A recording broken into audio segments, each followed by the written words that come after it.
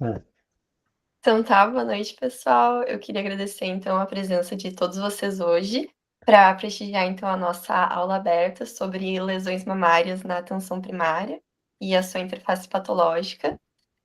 Espero que esse seja um momento então de muito aprendizado para todo mundo, que a gente já saia daqui dominando o assunto. E então o professor Denis e o professor Gabson prepararam uma apresentação e uma discussão para a gente. Queria agradecer então vocês dois por toparem participar dessa aula de hoje. E acho que vai ser muito positivo para todos nós. Assim que acabar, então, a gente vai encaminhar nos comentários o link que vai dar para vocês colocarem os dados de vocês para a gente emitir os certificados depois. então tá. Eu acho que eu começo, tá, Gabs? Eu fiz uma apresentação muito breve aqui, que eu pretendo falar realmente poucos minutos. Tu pode me interromper quando tu quiser, tá? Para fazer qualquer tipo de comentário e tal. Só para colocar o contexto mais geral, né, relacionado aí com o câncer de mama, né? A importância da doença, né? Por que que a gente dá tanto destaque aí a essa doença e por que que é tão importante, qual é o papel que nós temos na atenção primária, né? Quando chega uma paciente com uma sintomatologia parecida ou com algum achado envolvendo a mama, né? E o que que a gente pode fazer também para reduzir, né, o número de casos e reduzir a mortalidade aí associada com a doença, né? Deixa eu só permitir aqui ao longo da apresentação, eu vou permitindo, tá? Então, essa é a nossa primeira aula aberta de 2025, lesão mamária, as lesões mamárias na atenção primária à saúde e a sua interface com a patologia, né? Nesse primeiro slide aqui, eu tirei do livro da OMS, que é uma das nossas referências para estudo e classificação de neoplasias, né? A gente tem os mapas pintados aqui, eram estimativas para 2018, é o que consta na última edição ali do nosso livro, né? E ele mostra que essa distribuição entre os países ela é desigual. A gente tem países que apresentam maior número de casos e países que apresentam menor número de casos. Dentre os países desenvolvidos, ocidentais, Estados Unidos, Canadá, Europa Ocidental, Argentina, nosso vizinho aqui, né? Se a gente faz uma estratificação também do Brasil por estado, a gente vai ter alguns estados pintados com uma cor mais azulada, com azul mais intenso do que o Brasil está pintado, tá? Alguns ali chegam a mais de 69 casos para cada 100 mil mulheres. Esse gráfico aqui está mostrando isso, número de casos para cada 100 mil pessoas, tá? Então, isso mostra, né, primeiro, a partir desses dados que eu estou falando dos estados, que existem diferenças em relação à epidemiologia da nossa população e o câncer de mama. Nós sabemos que, por exemplo, mulheres indígenas têm menos câncer de mama, comparado com mulheres não indígenas. A incidência é menor, por questões genéticas. Tá? Nunca se esqueçam que carcinoma, eu já coloquei de propósito, não coloquei câncer de mama, né? Eu coloquei carcinoma mamário, porque carcinoma é a nomenclatura que nós usamos para neoplasias malignas de origem epitelial. Então, qualquer neoplasia de origem epitélio, ela vai ganhar esse nome de carcinoma. Tá? E, claro, tipo, né, célula que geralmente dá origem para as lesões mamárias, neoplásicas, né, malignas, são as lesões epiteliais. Junto com toda essa diferença de distribuição global, nós temos que 24% das neoplasias malignas em mulheres são cânceres de mama, tá? E que essa forma de neoplasia é a que mais provoca mortalidade nesse grupo.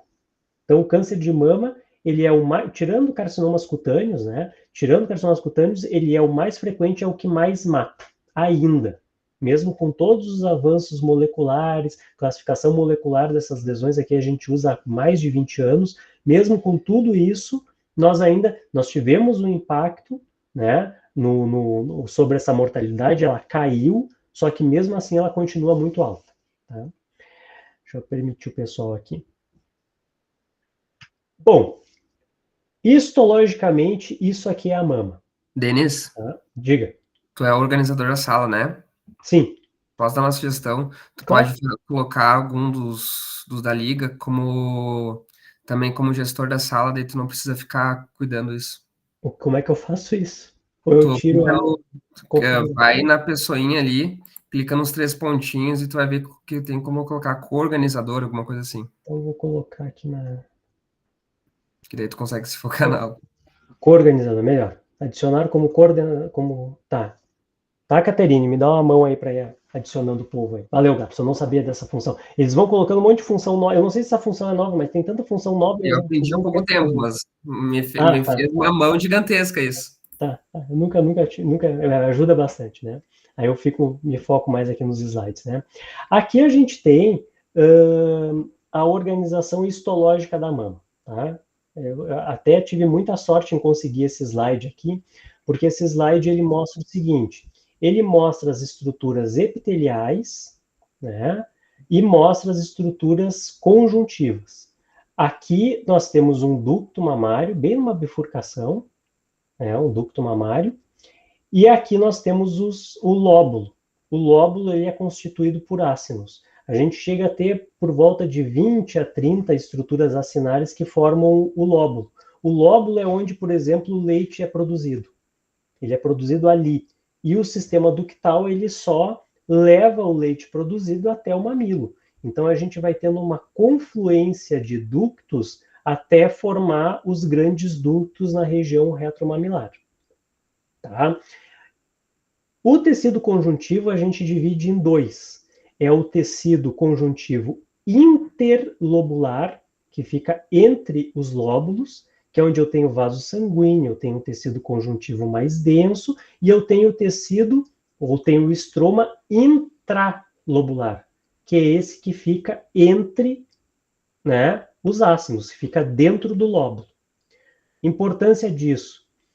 Esse tecido conjuntivo, esse estroma intralobular, é o que sofre ação dos hormônios. Então a mama aumenta de volume, a mama fica edemaciada, toda aquela flutuação que pode acontecer na mama, ela se deve ao estímulo de estrógeno e de progestágeno sobre esse tecido aqui. Então, isso aqui é o normal, tá?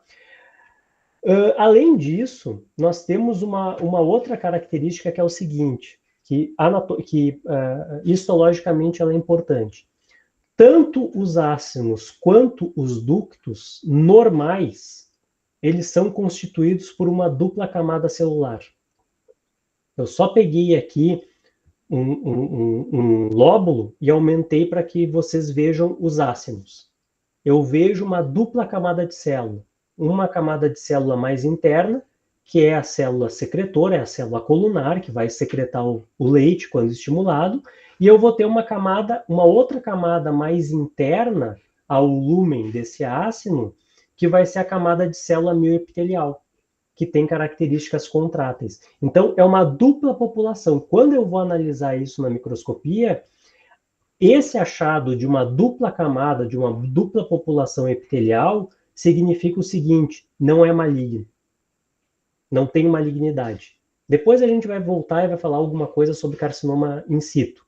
Mas aí é não invasivo. Vamos utilizar uma nomenclatura melhor. É uma lesão não invasiva. Pode ser um carcinoma in situ? Pode. Carcinoma in situ vocês já sabem que eu não gosto dessa nomenclatura, mas é uma displasia. Então, nós achado como sendo um achado normal, tanto em ácino quanto em ducto. Ducto também é a mesma coisa. Eu tenho dupla camada, só que, obviamente, no ducto eu não tenho função secretora. Tá?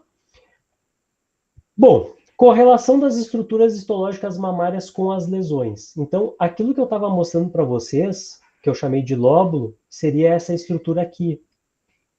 Essa estrutura aqui. A partir dela partem ductos, que vão confluindo para a região mamilar. E a gente sabe que algumas dessas estruturas histológicas se correlacionam diretamente com processos patológicos. Sejam cistos, sejam fibroadenomas, sejam carcinomas, sejam processos hiperplásicos, né, com atipia, sem atipia, geralmente envolvem essas topografias ali. tá? A gente sabe também, depois de muitos estudos publicados aí durante um período longo de tempo, que a grande parte das neoplasias malignas epiteliais da mama surgem numa unidade chamada de unidade terminal lobular, que é justamente essa transição do ácino para o ducto, que aqui foi aumentado. Que a gente tem os vários ácinos formando o lóbulo e aqui o ducto partindo dele. A grande parte das lesões malignas surge aqui, tá? Ou das células ductais, ou então, uma frequência maior, das células lobulares, tá? Mas geralmente a partir do ducto. Depois a gente vai voltar aqui, porque o Gabson vai falar de algumas dessas lesões, essas lesões vão vir nas próximas apresentações também. Denis, só Diga, posso complementar vai uma lá. coisa? Eu sei que tu fala nas tuas aulas, né? Isso, mas eu acho legal quando uma pessoa fora dessas aulas iniciais da faculdade fala, né? Às vezes alguns alunos vão me questionar, tá, mas a gente vai usar isso. É muito importante, tanto a epidemiologia, que eu também vou ressaltar, quanto isso. A gente pode não usar exatamente, mas a gente usando esse conhecimento que está falando e depois eu aprofundando na prática clínica, faz muito mais sentido e ajuda muito mais fácil a gravar a doença, o tratamento, né? Vou falar sobre câncer depois ali, fica muito mais, tá, agora entendi por que acontece isso. Então, só gostaria de ressaltar o quanto importante é isso que você está falando, tá? Que é muito legal, anos depois, ver de novo uma aula dessa e aprender mais um pouco, tá? Tu vai ver também, mais pro final ali, eu tenho, acho que são 10 slides, eu já estou quase mais a metade, depois é só figura de neoplasia. Uma outra coisa, né, Gabson, que a gente acaba sendo, muitas vezes chega para a gente o resultado na atenção primária, o resultado de uma biópsia, né?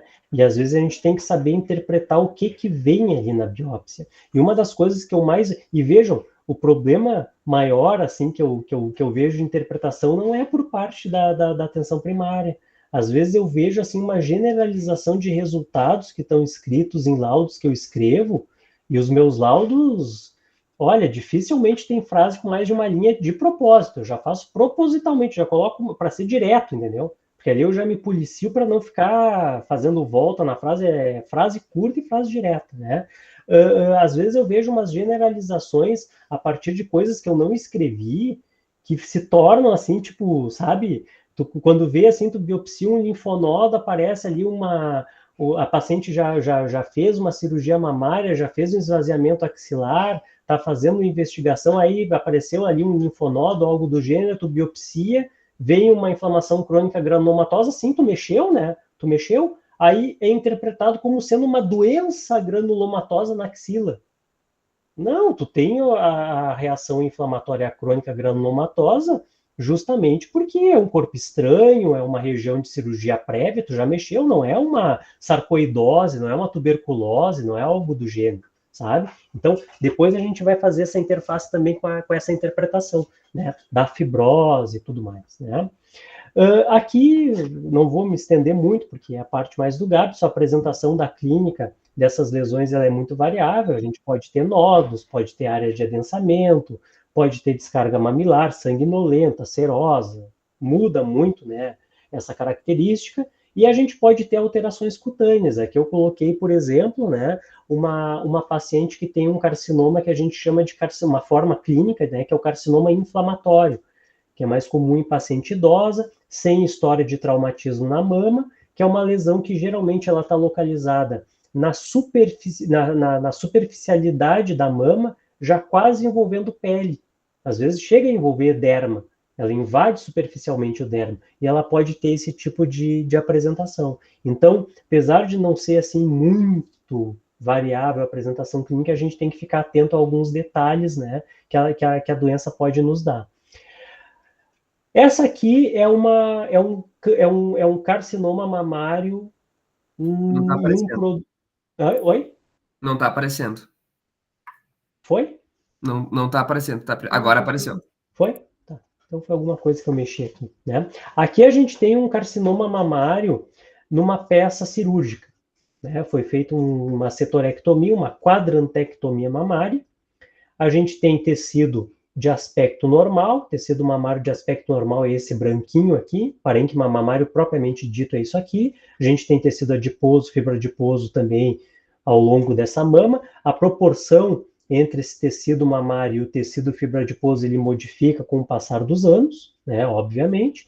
E aqui a gente vê essa lesão, uma lesão, um nódulo, né, que a gente tem uma lesão aí com um pouquinho mais de 1 centímetro e meio aproximadamente, e que destoa completamente do restante do parênquima mamário, né? Depois, claro, a gente vai, o Gabson vai mostrar, né, o pessoal que já passou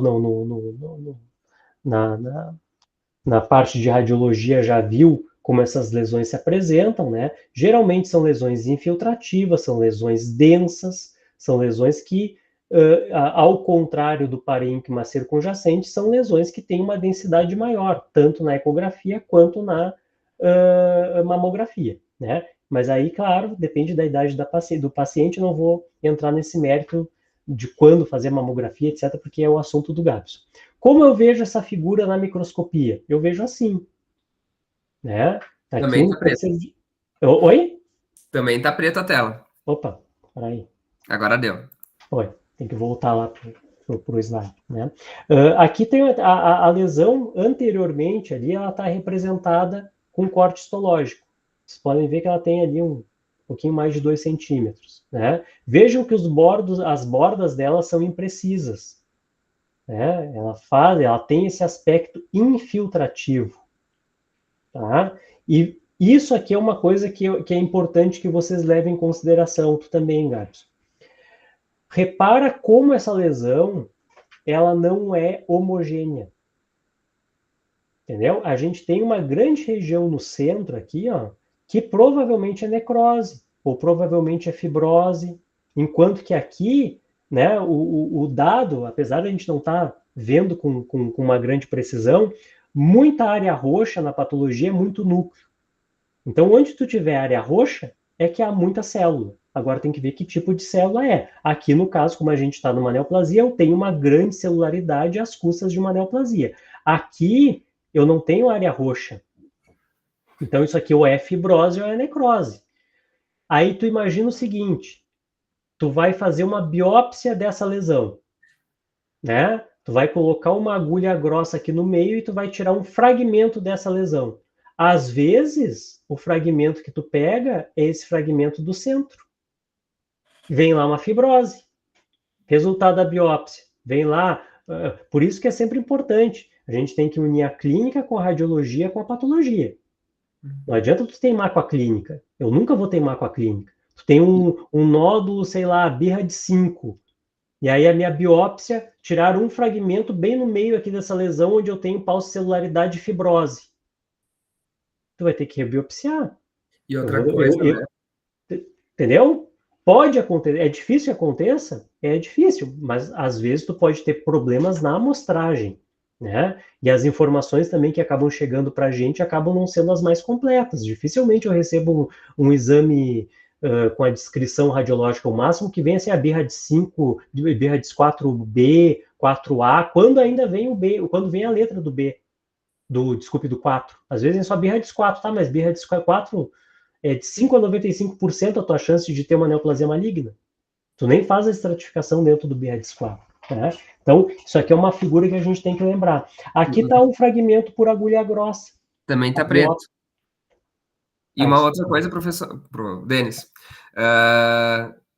por exemplo, a lipoma pode ter esteatonecrose e vai ser diagnóstico diferencial de carcinoma. Então, tu vai ver essa área no meio, é necrose, mas não necessariamente é carcinoma.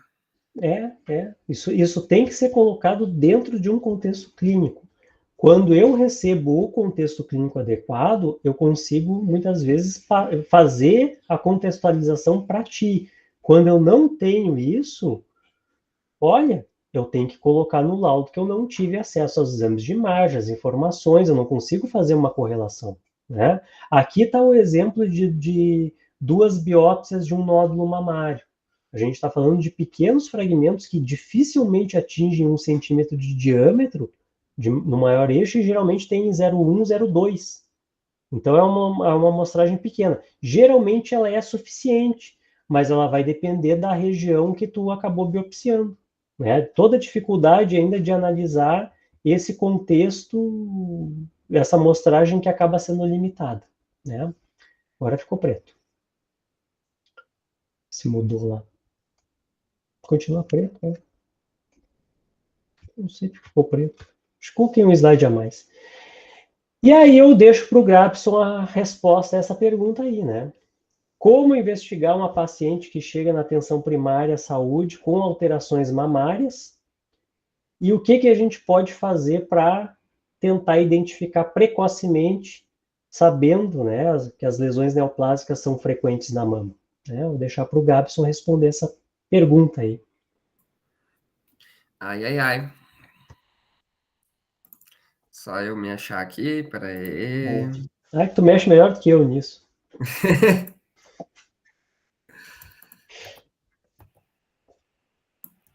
Tá aparecendo? Tá aparecendo. Tá bom. Então, antes de continuar, só gostaria de parar para agradecer o convite da Liga Acadêmica de Patologia, né? Muito, sempre bom receber esses convites, sempre bom poder falar de coisas que eu gosto de falar, que é do meu dia a dia. Gostaria de agradecer também o carinho do Denis, aí, o convite do Denis, né? Não posso deixar de falar o quanto legal, quanto interessante é há 10 anos ter sido aluno dele e agora podendo dar uma aula em conjunto, né, virtualmente. Sem mais delongas, tá? Vamos continuar a ideia da aula. Obviamente, para quem me conhece, eu vou falar sobre rastreamento e prevenção, vou falar de promoção de saúde, mas prometo que são só 2 slides, tá? E, claro, além do rastreamento e prevenção, a gente vai falar do diagnóstico, que é o que o Denis também estava comentando. O que a gente fala que no rastreamento? Rastreamento, a gente vai pesquisar a doença, né? Vai ver se tem vestígio, se tem algum sinal, de forma precoce. Então, a gente vai aplicar algum teste, no caso, por exemplo, a mamografia, né? Em pessoas com e sem sintomas, com sem a condição, né? Procurando as que têm a condição. Esse exame, esse teste, seja lá qual ferramenta a gente vai utilizar, ela tem que ter mais benefício do que malefício, né? Então, vamos dizer assim, na dúvida a gente não rastreia. Mas é claro que vários estudos que eu vou colocar aqui, a gente vai ver que eles têm potencial, né? Benefício, né?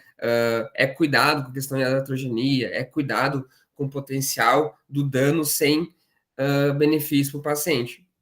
E um outro slide aqui é sobre a prevenção, né? O pessoal do quarto semestre já viu isso de uma forma um pouquinho diferente, que eu dei aula sobre isso, né? A prevenção, ela vai evitar a questão da ocorrência, ou pelo menos vai buscar trazer o quanto antes o diagnóstico, ou mesmo, ou pelo menos acompanhar, né? Então, numa prevenção primária, antes do adoecimento, por exemplo, hábitos de vida seriam interessantes. A gente vai ver que com maior referência, hábitos de vida sim fazem diferença na vida da pessoa para a questão de câncer, né, de mama.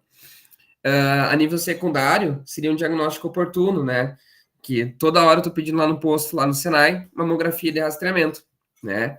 Na terciária, a pessoa vai estar acompanhando, possivelmente a colega da próxima semana vai falar, que ela está acompanhando, está tratando, e ela vai fazer exames, mamografia, ecografia, ressonância, ou seja, qual a ferramenta melhor disponível para ela, né, para ver se está dando certo ou não, basicamente. E a quaternária foi o que eu falei antes, né, a gente vai, por exemplo, a gente não vai fazer mamografia de rastreio numa pessoa de 90 anos, é desnecessário. Agora, a gente vai fazer uma mamografia, uma eco, uma pessoa de 90 anos para diagnóstico? Depende, tá? Mas o diagnóstico, ele vai além desse rastreio, né? Agora, o rastreamento, fazer de rotina algo, são estudos, né? E como o Denis colocou, a partir dessa epidemiologia tão importante, que a gente vê o quanto que é necessário ou não, tá? Então, falando da epidemiologia, né, o Denis trouxe um dado a nível de mundo muito interessante, né, que mostra por que tem tanto protocolo, não só para rastreio de câncer de mama, mas como também, como ele bem falou, né, a incidência do câncer no Brasil de mama é muito grande, né, tirando as não câncer de mama, não melanoma, o câncer de mama é o mais comum entre as mulheres, né? Cerca de 30,1% dos casos entre 2023 e 2025, né? A gente chama que teve uma incidência de 73 mil casos de câncer nas mulheres. O prognóstico, o tratamento, ele é definido pela localização, idade de apresentação, estadiamento, né? E como a gente fala toda hora, quanto mais precocemente for diagnosticado, melhor o prognóstico, né?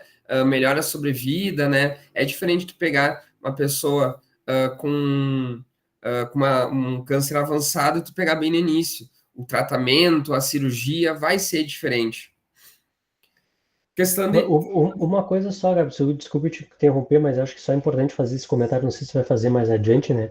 Que a gente passou também grande parte ali do período da pandemia sem fazer um rastreamento adequado, né? Perfeito. Então, tem uma série de neoplasias que surgiram depois da pandemia. Surgiram, não, né? Chegaram até, né, a oncologia e que chegaram em estágios mais avançados do que a gente esperaria, né? Porque era a mamografia que tu deixou de fazer de rastreamento quando era necessário, a ecografia diagnóstica e a mamografia diagnóstica também, que tu poderia ter solicitado quando palpou um nódulo, né? Então, com isso a gente teve talvez esse aumento de incidência que eu não sei se vai ser acompanhado nos próximos anos, aí só a partir da observação mesmo. Não, perfeita observação, tá? Não tinha colocado no slide, mas isso é muito importante, né? É uma coisa que a gente chamou de demanda reprimida, né? As ondas do Covid, enfim, que foi muito isso, né? Como o Denis falou, lá em 2020, né? A época que eu me formei, a gente atendia muito caso agudo, a gente atendia pouco caso crônico, a gente pedia pouco exame de rastreio, exatamente porque o foco era diferente, né? Mas logo que começou a amenizar, nossa, veio um monte de gente com doença tudo descontrolada, descompensada, né? E claro que o câncer, os rastreios para câncer é um deles, né? E os serviços também, né, Denis? Alguns serviços nem faziam, porque, pô, se o paciente tá com Covid, não sei o que lá, vai piorar o sistema, então, na dúvida, não faz, deixa para depois, né?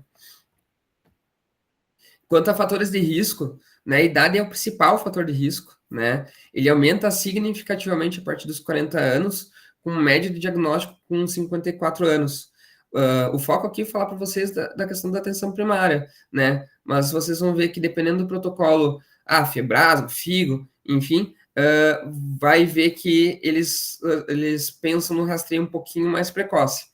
Uma coisa que eu falo na prática, eu falo na aula, assim, é que a gente não pode deixar de oferecer o que não tem no SUS, né? Tipo, a pessoa quer fazer um rastreio a partir dos 40 anos, desde que há evidência, mesmo que não tenha no SUS, tem que oferecer, né? Eu tenho que seguir as normas do Ministério da Saúde, que são baseadas em também muitas evidências, mas tem que entender esses dois lados, né? Fatores de risco relacionados à vida reprodutiva, né? Menarca precoce, então antes dos 9, 10 anos, é um fator de risco. Nulliparidade, isso é a pessoa nunca teve uma gestação, basicamente. Idade da primeira gestação acima de 30 anos, né? Que considera-se biologicamente um período mais tardio de ter a primeira gestação. Terapia de reposição hormonal, né? A gente vai lá ver também nas próximas aulas, se ele tem mais receptores para hormônio, também vai alimentar, digamos assim, mais o câncer, né? Tem também uma questão com o tratamento do câncer, que vai ser um pouquinho mais rápido, mas ele vai ser mais agressivo. Enfim, tem tudo a ver com isso. A menopausa tardia, então, a pessoa entrar em menopausa acima de 55 anos, também é um fator de risco. Outros, então, alta densidade do tecido mamário, como o Denis bem colocou, né, pela talvez até a dificuldade de conseguir encontrar alguma coisa ali. A obesidade, então, como falei, hábito de vida, histórico familiar de primeiro grau, né? Eu acho que, vamos dizer assim, se fosse decorar duas coisas desses lados, seria idade e histórico familiar de primeiro grau. Vocês têm que saber se a pessoa tem de primeiro grau, tu vai mudar teu rastreamento, né? Ali eu coloquei um dado, 5,5% se tiver um familiar, 13,3% dos familiares, né? É bastante isso. E qual a referência, né? De onde é que a gente está tirando essas informações? Bom, trazer primeiro o caderno da atenção primária, que na residência, enfim, na residência dos colegas que estão aí também, a gente usa bastante, né? Ali é de 2013, então é antigo, né? Ele falava que se tinha que se fazer bianual entre 50 e 74 anos, né? Com um rastreio antes dos 50 de forma individualizada. E falava abaixo dos 50 anos, assim, meio contraditório. Agora deixa eu mostrar uma referência melhor. Essa aqui é uma portaria, tá? De 25 de novembro de 2024. Quentinha, quentinha, tá? Então, a Comissão Nacional de Incorporação de Tecnologias de Saúde, a Conitec, daí o que ela nos fala? É isso que eu sigo mais, tá? Rastreamento bianual dos 50 aos 69 anos, né? Não tem nenhum fator de risco, não tem nada. 50 anos, fez mamografia, tá? Por que que não se ampliou? Porque, e aqueles 74 anos? Porque incerteza dos benefícios, evitar sobrediagnóstico, né? A gente fala muito sobre procedimentos necessários, né? De fazer eventualmente um falso positivo, submeter a radiação e na realidade não mudaria desfecho. Isso sendo bem grosseiro, a pessoa ia morrer em 10 anos do mesmo jeito, né? E então acaba sendo desnecessário a pessoa passar por tudo aquilo, né? Então, benefício pequeno, né? Aumenta o fator de falso positivo, biópsias necessárias, riscos radiológicos e tratamentos necessários, basicamente o que eu falei. Aqui Só te cortando um pouquinho de novo, Gabson, né? É importante eu passar para vocês um relato assim de algumas situações que eu vejo aqui, tá? Claro que se tu vai analisar do ponto de vista patológico, quanto mais gente tu biopsiar, melhor. Tá me dando dinheiro, tá? Tá me dando dinheiro. Só que aí, claro, né? Por que essa recomendação ela não foi mudada, né? Em relação à mamografia? Porque nós temos, a partir, a sensibilidade da mamografia como método de diagnóstico, ela cai de uma forma muito considerável, em quase 50%, em pacientes com mais de 40 anos, porque a mama é mais densa. Então, pequenos nódulos e áreas de microcalcificação não vão aparecer no meio daquele tecido denso. Menos que 40, então. Né? Então, cai pela metade. Ali no caderno, agora eu não lembro o nome, é o caderno de atenção das mulheres ali, aquele do Ministério grandão, né, de Saúde da Mulher, aquele grandão, ele traz esses dados ali sobre a mamografia. E aqui no laboratório eu vejo o seguinte, quando eu libero um laudo, e o paciente ele opta por acessar o laudo, os meus laudos, né, eles têm um QR Code, tu pode fazer a leitura ali pelo protocolo que tu recebeu, beleza, tu acessa o laudo, olha no celular, olha no computador, né, tu consegue acessar o laudo. Ou então tu ganha uma senha, entra no site e tu vê. Algumas vezes, por coincidência mesmo, né, eu pesquisei nomes de pacientes que eu dei o diagnóstico de câncer de mama. Fez a biópsia, né? E aí eu entrei no laudo, e aí cada acesso que a paciente faz ao resultado, aparece para mim o IP e a hora que ela fez o acesso, tá? Para vocês verem a ansiedade que isso gera, até em biópsias que não tinham neoplasia. A ansiedade que isso acaba gerando nas pacientes. Às vezes eu entro ali, tem pacientes que tem algumas pacientes que acessaram o resultado a cada 5 minutos durante, sei lá, quase uma hora. Ela saiu, entrou de novo, saiu, entrou de novo, saiu, entrou de novo, saiu, entrou de novo. Certo, mostrou para um, mostrou para outro, deu para alguém ler, deu para alguém entender o que era. Então, além disso, tem todo o estresse que tu gera para a paciente o aguardo desse resultado. Né? Perfeito. Isso tudo tem que ser considerado. Não é só dinheiro, né? É exatamente cuidar da pessoa até nesse sentido. E bom, essa aqui é a famosa tabelinha, né, que eu cobro de todo mundo lá no posto, tá? Que é a tal da classificação radiológica, né? Classificação de BIRADS, né? Então vamos lá, vamos um por um, que isso aqui vale a pena. BIRADS 0, né? Traduzindo em miúdos, né? O radiologista não conseguiu fazer um diagnóstico, né? Não conseguiu chegar a um consenso do que é a lesão, ou se realmente existe uma lesão ali. Esse aqui ou o radiologista vai sugerir, ou no caso a gente pode pedir, uma mamografia de compressão seletiva, que basicamente a gente vai direcionar o exame, vai apertar mais o local que ficou em dúvida, para ampliar aquela imagem e ver se era ou não alguma coisa maligna, certo? Categoria 1 e 2, benigno, né? Então, categoria 1 basicamente não achou nada, e 2 achou, mas não era benigno. Categoria 3, provavelmente benigno, tá? Mas tem ali ó, o 2%, né? Que pode ser, tá? Nesses casos, a gente recomenda-se pedir uma ultrassonografia, tá? Para garantir que seja realmente BRADS 3 ou não, tá? Às vezes, na ecografia, ó, se olha ali, BRADS 2, né? Foi realmente, na mamografia não deu para ver tão bem assim, e foi visto que era BRADS 2. Ou então, como também já vi, ser BRADS 3, 4, 5, tá? Considerando que desse BRADS 3 na ecografia, daí teria que se fazer uma ultrassonografia semestral no primeiro ano e anual no segundo e terceiro. Por que ultrassonografia? Porque tem que ser o último exame alterado. Ah, professor, mas pediram uma ressonância para minha mãe, então tem que repetir a ressonância, né? Porque tem que ser o último exame alterado. Sendo que na mamografia a gente vai pedir um exame complementar, nesse caso. E isso, por exemplo, como eu falei, né, BRAD 0, vai pedir a ultrassonografia e vai ver se dá algum desses outros três. O BRADS 4, como o Denis falou, né, ele tem uma chance de 2 a 95% de ser câncer. Meu Deus do céu, né? É muito. Então, é subdividido em 4A, 4B e 4C. E nesses casos, a gente já vai pedir uma biópsia, tá?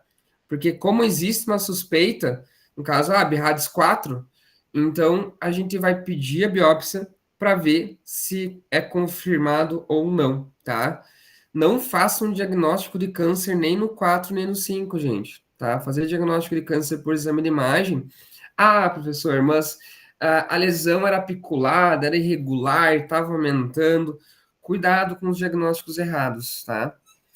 Sim, a categoria 5 possivelmente vai ser câncer, tá? Mas a gente tem que esperar, pode já encaminhar para o serviço de alta complexidade, né? O 4, eventualmente a gente já encaminha também, tá? Mas eu preciso dessa confirmação tecidual, né? Biópsia.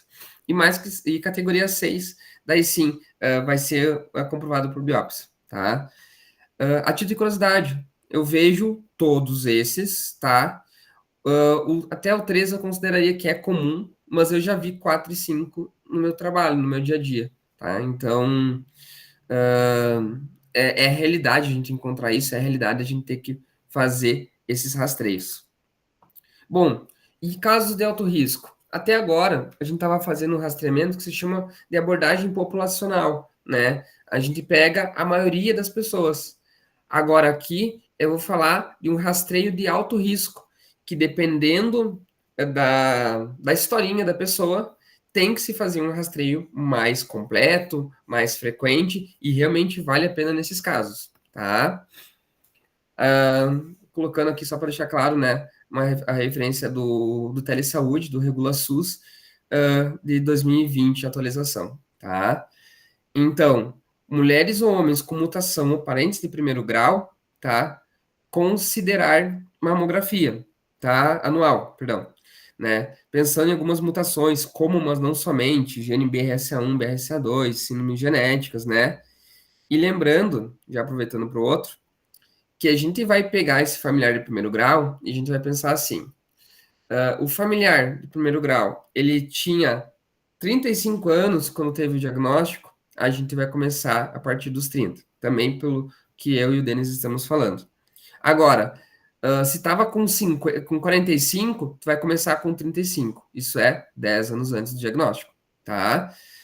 E cuidem que a relação primeiro grau é mãe, irmã ou filha, tá? E quando for homem na família, é fator de risco, né? CRIM, sei lá, qual decoreba, assim for, mas homem é fator de risco, homem é problema, né? Então a gente tem que considerar independente do parentesco. Agora, olha bem, um familiar de primeiro grau com câncer de mama bilateral, ok, foi o que eu falei. Agora, familiar de primeiro grau com diagnóstico de câncer de ovário, vejam bem, isso também considera fator de risco, né? E tanto nesse slide, quanto no outro, quanto os próximos, alguns que eu vou colocar, sempre deve se considerar a ressonância eco, tá? A ressonância é mais difícil conseguir, é mais cara, independente se tem ou não dinheiro, né? Mas sempre tem que ser uma opção. Pessoas com prótese de silicone, dependendo a técnica que foi feito, né? Às vezes tem que ser a ressonância, não dá para ser a eco, tá? Próximo slide, né? Então, mulheres com história de radiação torácica, né? Antes dos 30 anos, também tem que fazer. Aqui ele sugere, olha bem, um rastreamento anual a partir do 8º ano após o tratamento radioterápico. Porém, não antes dos 30 anos. Possivelmente a colega vai abordar mais isso, né? Mas é um fator de risco importante. E olha aqui, ó, mulheres com histórico pessoal, daí sim, de cânceres em geral, tá? Câncer invasor, né? Hiperplasia ductal, ou lobular atípica, carcinoma ductal in situ, que o Denis falou que não gosta que fale, né? Então, que é na região do ducto, tem que fazer rastreamento anual. E o diagnóstico? Bom, agora a gente já viu epidemiologia, o que é um rastreamento, quando que a gente vai pensar de baixo ou alto risco, mas agora vai chegar uma pessoa para ti e vai te falar alguma coisa ou tu vai ver alguma nodulação e tu tem que saber o que tem que fazer. Vamos lá? A gente vai fazer exame, então a gente vai pedir ecografia, mamografia, conforme a individualidade. Se a mulher tiver, se a pessoa do sexo feminino tiver mais que 50 anos e a gente encontrar um nódulo mamário, né? Inclusive, autoexame das mamas. Pode fazer sim, mas a gente não fala muito na campanha porque a gente não pode se basear somente por isso, né? Em campanhas anteriores, sei lá, 3, 4 anos atrás, se falava que tinha que ser de regra, só que daí a pessoa ela se baseava, não, se eu não encontrar uma calosidade na mama, não, então eu tô livre. Não, né? Porque para tu encontrar, para tu conseguir palpar, né? Normalmente vai ser algo já grande, tá? Todas as pessoas do sexo masculino e feminino têm que se conhecer, é importante se palpar, tá? Mas esse adentro.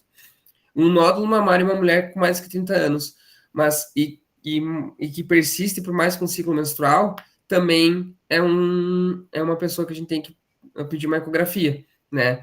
Por que ciclo menstrual, professor? Porque durante a menstruação a gente tem uma liberação de mais hormônios. Isso pode, por exemplo, quando vê tem um fibroadenoma que ele cresce um pouquinho mais, né? E não significa que é ruim. Mas se está persistindo, é motivo da gente pedir exame, né? Um nódulo mamário com consistência endurecida, fixo, que está aumentando, né? Tem que fazer. Descarga papilar sanguinolento no lateral. Basicamente, está drenando sangue, né? Da mama. Então, tem que pedir. Uma lesão eczematosa da pele que não responde a tratamentos tópicos. Traduzindo, é uma lesão vermelhinha, né? Que tu acha que é uma dermatite atópica, tu acha que, sei lá, passou alguma coisa ali, deu uma irritaçãozinha. Tá bom, vamos tratar como, por exemplo, uma dermatite atópica. Vamos lá da dexametasona, clobetasol, enfim. Não funcionou? Pô, então essa lesão eczematosa pode não ser uma dermatite atópica, pode ser outra coisa. Homens, como eu falei, homem é fator de risco, né? Homem acima de 50 anos com tumoração palpável no lateral, dá-lhe exame, né? Presença de linfonodopatia axilar, também é importante. Lembrem que existe o tal do linfonodo sentinela, aqui na região axilar, né? E é onde primeiro passa, vamos dizer, as células ali, né? E inclusive as células neoplásicas. Então, se está inchado aquilo ali, é interessante avaliar, porque pode ser enfim, que o câncer esteja locado. Tanto que dependendo do diagnóstico, tem que fazer esvaziamento axilar, tem que tirar ou não o linfonodo sentinela, né? É bem interessante essa parte. Aumento progressivo da mama com sinais de edema, né? Sinal da casca de laranja, ou para os gringos, peel the orange, né? Que a gente conhece nos livros. Nódulo mamário de consistência endurecida e fixa, que está aumentando em idade adulta de qualquer idade, né? Que tem retração da pele da mama, que tem mudança no formato do mamilo. Então, tá uma coisa esquisita, né, a gente vai procurar exame, vai examinar. Uma outra coisa importante... Só um parênteses também, bem muito rápido, tá, Gabson? Não, pode. Essa situação, é importante que a gente lembre o seguinte, rastreamento é procedimento mais ou menos invasivo em pessoas assintomáticas. Perfeito. No momento que tu tem algum achado clínico, aquela tua mamografia, aquele teu exame, ele deixou de ser rastreamento, ele passa a ser um exame diagnóstico. A função é diagnóstica. Aí não tem idade, não tem sexo, tu tá buscando uma complementação e um diagnóstico para aquela alteração que tu tá vendo que tu reconheceu na clínica. Perfeito. E vamos dizer assim, eu estou colocando os pontos protocolares e tudo mais, mas na prática, né, me esqueci desse protocolo. Tá, mas tem uma alteração na mama, tem um nódulo, tem um negócio esquisito, tá incomodando, a gente tem que trazer esse diagnóstico, né? Tem que avaliar e pedir uma ecografia, uma mamografia, enfim, uma ressonância, se for o caso, certo? E um último item dessa parte aqui é a tal da água de rocha, né? Uma água hialina que sai da mama, que daí a gente também tem que pensar, tem que ficar o alerta ali toda hora. Ah, professor, mas e se estiver saindo leite da mama? Bom, isso é uma outra parte. Existe sim adenoma do hipotálamo, né? Se tá com prolactina aumentada, não chega a ser bem daí o câncer de mama, tá? Mas é uma coisa interessante a se acompanhar. Mas daí é uma outra anamnese, outro exame físico. E agora, acho que indo mais direto pro assunto da palestra, né? Lesões mamárias benignas, tá? Então, fibroadenoma, tá? Fibroadenoma é muito comum, tá? Então, se fosse para escolher um para decorar, assim, para prova, seria o fibroadenoma. Ele é mais comum em mulheres jovens, 15 a 35 anos. Normalmente ele vai ser firme, vai ser móvel, ele é melhor visto pela eco, né? Então, como eu falei, às vezes se vê na mamografia uma nodulação, né? Tem na dúvida, quando vê, tu faz a eco ali, principalmente pessoas mais jovens, e tá bom, é um fibroadenoma, tá? Dependendo se incomoda muito, existem indicações de fazer procedimento, né? Mas pensando simplesmente no ponto de vista de achar o fibroadenoma, né? Ele não tem condutas a mais. O lipoma pode acontecer em qualquer lugar do corpo, né? É um monte de célula de adipócito, um monte de célula de gordura que ela vai acumulando. Tanto cisto sebáceo quanto lipoma, ele tem várias causas, mas ao mesmo tempo não tem uma causa bem definida. Traumas, genético, enfim, são dos fatores que predispõem a ter o lipoma. Bom, pensando na mama, o que a gente faz, né?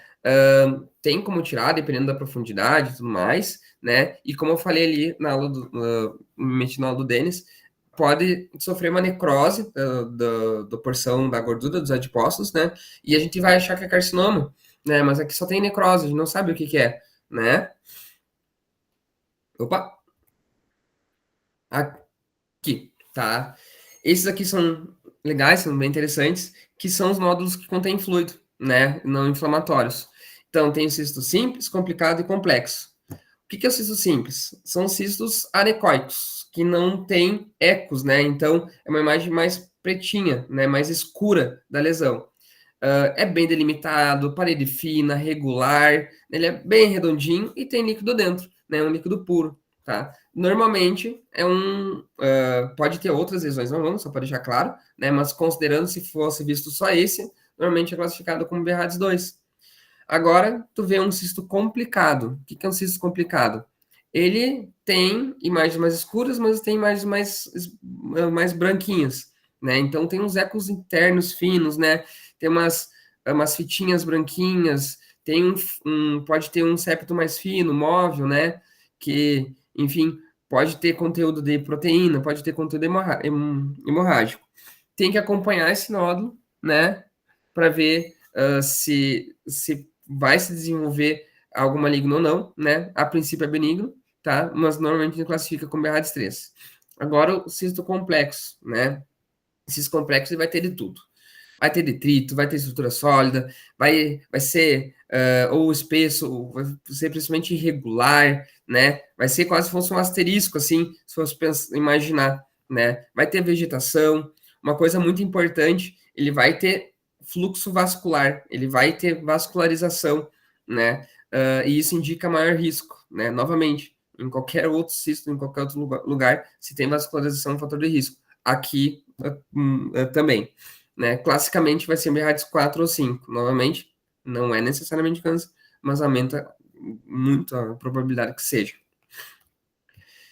Nódulos associados à inflamação, né? Mastite, né? Quem está mais para o final da faculdade, residentes certamente já viram uma mastite, né? É mais comum no puerpério tardio. O que acontece, né? O nenê tá mamando ali, tá fazendo pequenas lesõezinhas, né? Ou, por exemplo, não tá tendo higiene local da mama, porque pode ser fora do puerpério, pode ser nada a ver com o puerpério, né? Pode ser uma escabiose que teve ali, né? E gerar um processo inflamatório, sendo bacteriano ou não. O agente etiológico mais comum é o Staphylo aureus. O Staphylo aureus, ele é a principal bactéria que coloniza a nossa pele. Ressalto, coloniza. Colonizar que tá ali, né? Tem várias bactérias no nosso corpo que colonizam. Agora, dependendo da diminuição da imunidade, ou, por exemplo, traumas que eu falei, pode entrar ali na pele, tá? E gerar uma infecção, né? Abscesso. Abscesso também é muito comum em puérperas, né? Vai ser uma coleção de líquido, coleção de líquido não, mas pode ser de líquido, células mortas e tudo mais, né? É aquele achado que a gente acha legal ver nos vídeos, né? De fazer um cortezinho ali, sair um monte de pus, né? Esse caso, normalmente, a pessoa vai estar um pouquinho mais prostrada, mais uma queda de estado geral, né? E normalmente o tratamento definitivo para abscesso é drenar, tá? Normalmente com antibiótico. E ectasia ductal, né? Lembrem ali dos primeiros e segundo slide do Denis, né? Os ductos, só que eles vão estar cheinhos de lipídios, vão estar cheinhos de células, detritos, né? Normalmente vai ter uma drenagem bilateral, e a etiologia, o motivo de acontecer isso não é bem compreendida, tá? E agora as lesões malignas. Olha ali, o meu tumor ficou mais brabinho. Carcinoma invasor. Novamente, desculpa, Denis, ductal in situ, ductal lobular in situ, né? Então, o ductal in situ, ele vai ser o mais comum, vai ser de 80% a 90% dos casos, tá? Normalmente vai ser um diagnóstico de exclusão, e o lobular é o segundo mais comum, né? Ele vai estar associado mais ao período pós-menopausa, isso é normalmente mais de 60 anos, e a terapia de reposição hormonal pós-menopausa, né?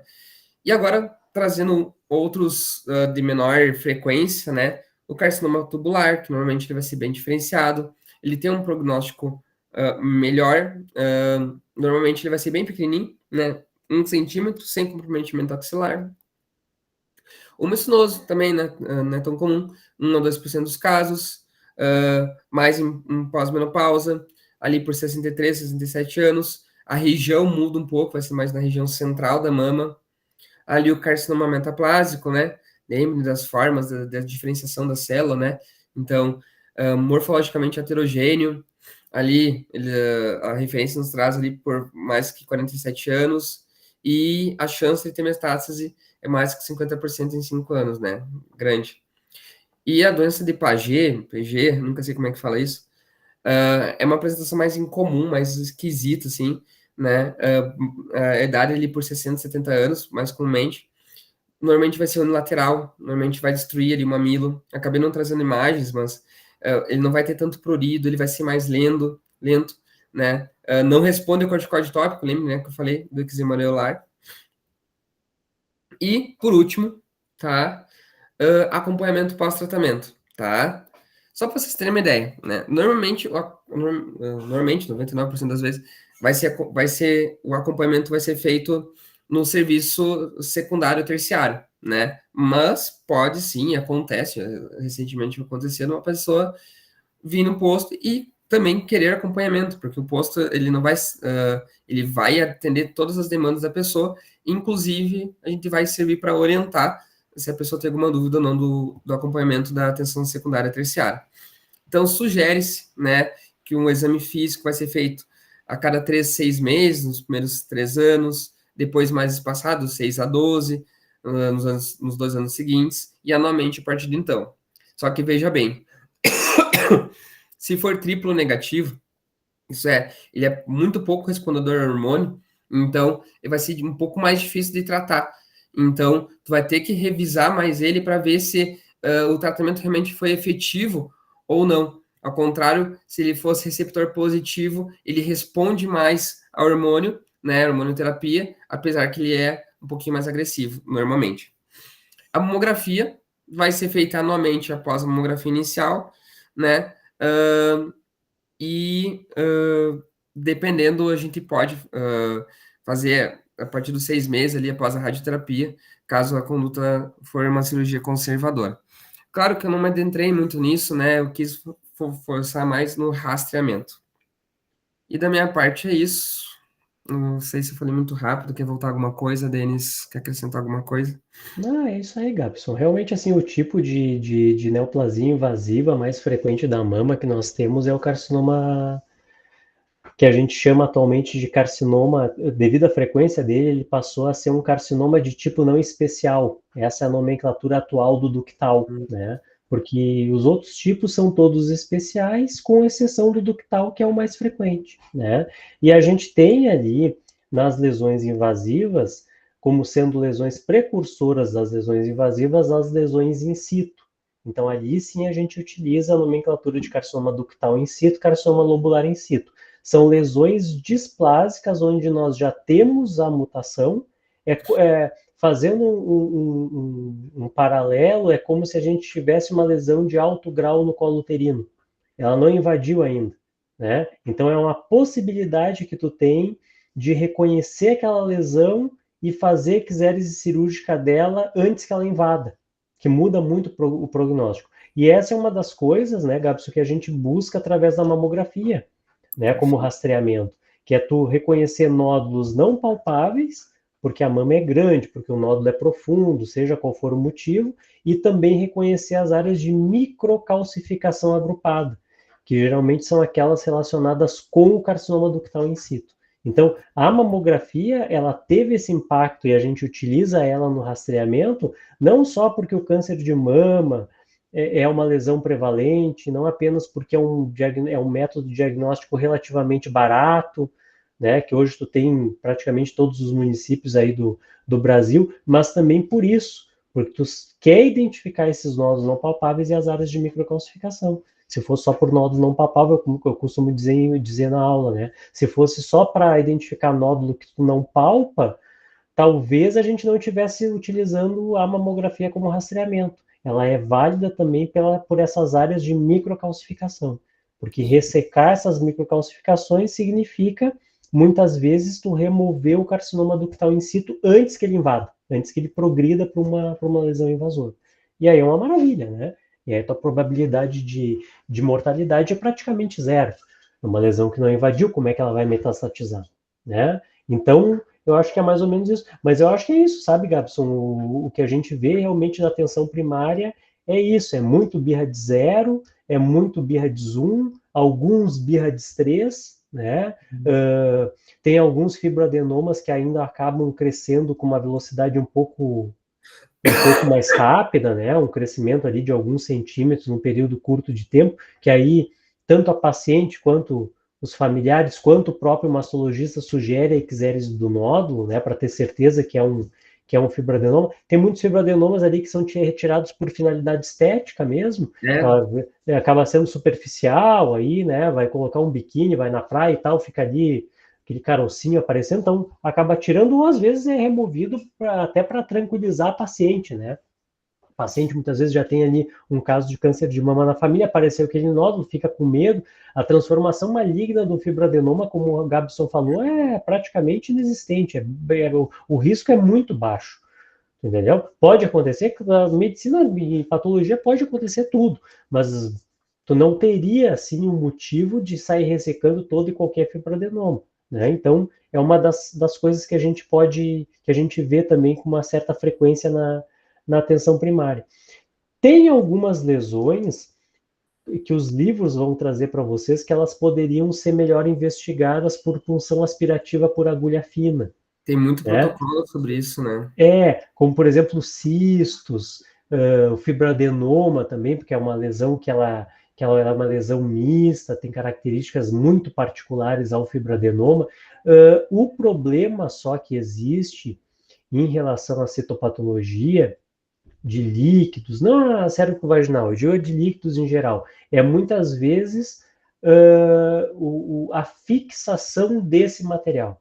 Muitas vezes tu não coloca nem álcool na proporção de 2:1, ou utiliza uma graduação de álcool que ainda não é suficiente para preservação daquelas células, que tu acaba fazendo um procedimento e acaba vindo um resultado não diagnóstico, sabe? Então, tem que analisar com um pouco de critério isso aí, mas realmente, para fibroadenoma, a punção aspirativa ela é muito boa, ela é menos invasiva do que uma punção, do que uma core-biópsia, né? Uma punção por agulha grossa, né? Então, a gente tem essas lesões que podem ser também reconhecidas e diagnosticadas dessa forma.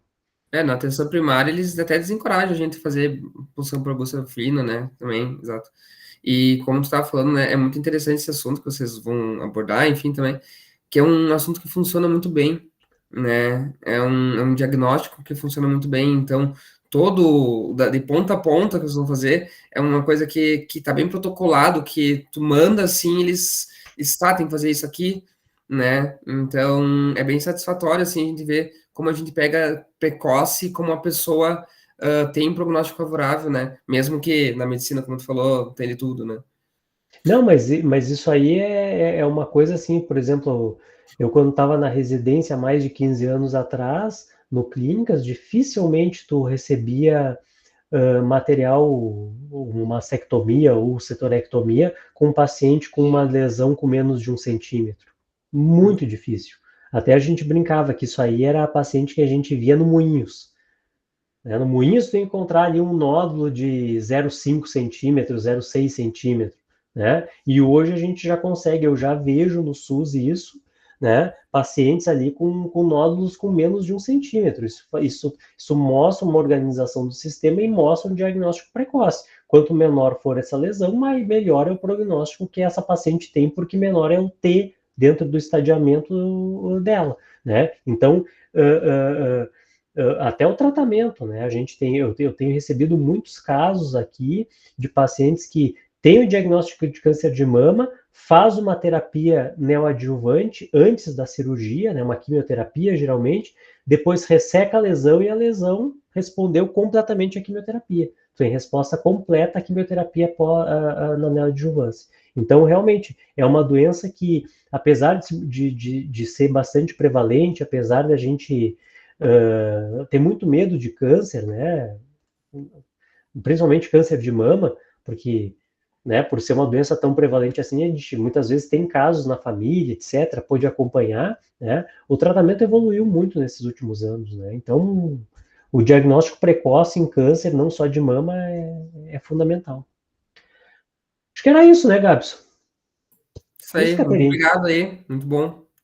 Capaz, prazer ter aceitado aí o meu convite e dar dica.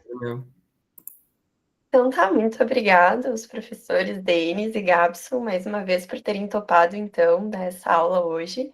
Acredito que foi muito produtivo e bem esclarecedora. E obrigada de novo a todos vocês que presenciaram ela. E não esqueçam de, então, preencher os dados do link que foi mandado ali no chat da conversa, tá bom? Então, obrigada mais uma vez. Nos vemos nas próximas aulas de continuidade e uma boa noite para vocês. Boa noite. Então tá, obrigado a todos pela presença. Obrigado, Gabson, de novo. Valeu.